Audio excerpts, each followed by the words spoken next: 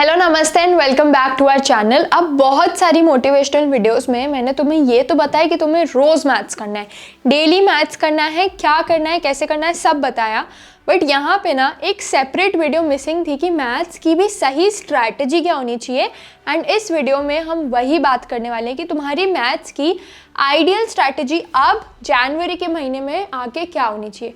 But video start होने से पहले you know the drill, channel को सब्सक्राइब करना है, बेल नोटिफिकेशन दबाना है ताकि कोई भी इंपॉर्टेंट चैप्टर वीडियो आए, मोटिवेशनल वीडियो आए, सबसे पहले नोटिफिकेशन तुम्हारा ही हो। तो अब सारी वीडियोस में एक चीज़ मैंने बार बार बोली एंड कंसिस्टेंटली बोली कि तुम्हें मैथ्स को कम से कम 1 से 1.5 घंटा देना है।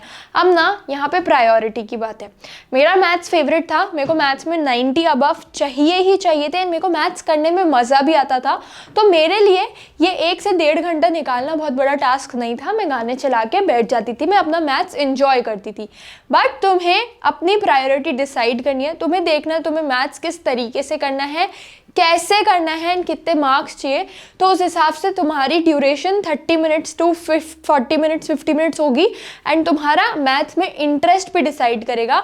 बट ये डेली जो मैथ की प्रैक्टिस है, ये अभी आज की तारीख से जब भी ये वीडियो देख रहे हो कंटिन्यूसली होनी चाहिए, क्योंकि जितनी गलतियां करोगे उतना ही तुम इम्प्रूव होगे। इसी के साथ साथ तुम क्या करते हो, एनसीईआरटी सॉल्व करते हो, सेम क्वेश्चन बार बार सॉल्व करते हो, अग्रीड, वेरी गुड।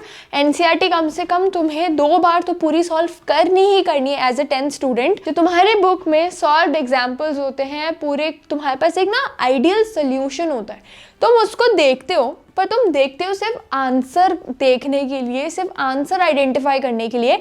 एक बार ना उन सॉल्व एग्जाम्पल्स का प्रेजेंटेशन भी देखा करो कि किस तरीके से आंसर लिखा हुआ है, कैसे इज इक्वल्स टू लगा है। अब ये वाला साइन एक मैं बार बार बोलती हूँ, तो कैसे ये वाला साइन यूज़ किया है, आंसर को उनने हाईलाइट करके लिखा, ANS लिखा है उनने क्लियरली कि ये हमारा आंसर है, ये देयरफॉर यूज़ किया है। कैलकुलेशन के लिए 1-2 वर्ड्स यूज़ किए कि नाउ वी कंसिडर और ये सब करके, तो वो एक बार सॉल्व एग्जाम्पल्स में देखना हमें नेसेसरी है।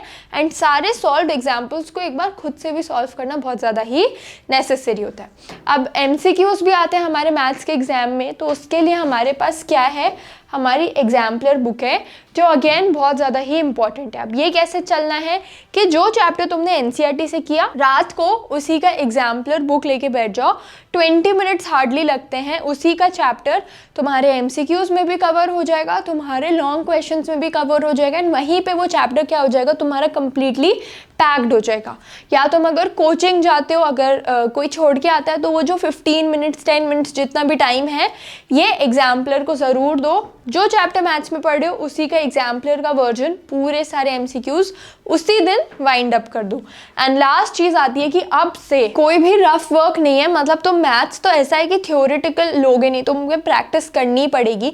तो उसमें क्या करना है, उसमें तुम्हें कोई भी रफ वर्क नहीं करना, तुम जैसा बोर्ड्स में करने वाले हो वैसा ही तुम्हें करना है। ऐसे नहीं कि 2 into 5 था तो एक स्टेप खा गए, मन में कैलकुलेशन कर लिया, कैलकुलेटर यूज़ कर लिया, ये सारी चीज़ें तुम्हारे लिए अब बेनिफिशियल नहीं रहेंगी। सो जैसा तुम बोर्ड में करोगे, जैसा तुम अभी प्री बोर्ड्स में करके आए हो, वही तरीका अपना रफ में भी यूज़ करो। तुम्हारी हैबिट बढ़ेगी, तुम्हारी क्लैरिटी बढ़ेगी एंड वहीं पे तुम्हारे मार्क्स बेटर होने स्टार्ट हो जाएंगे, क्योंकि मैथ्स में डू नॉट फॉरगेट कि स्टेप मार्किंग ज़रूर होती है। अब तुम स्टेप्स ही खा जाओगे तो टीचर मार्क्स देने में भी हेजिटेट करेगा कि बच्चे ने स्टेप लिखा ही नहीं। अगर तुम स्टेप्स लिखो एंड लास्ट में सिर्फ एक आंसर गलत हो तो उसका सिर्फ हाफ मार्क कटेगा। सो स्टेप्स आर इम्पॉर्टेंट। जैसा फाइनल्स में करने वाले हो उसकी ही प्रैक्टिस अभी से डालो and wish you all the very best for your board examinations.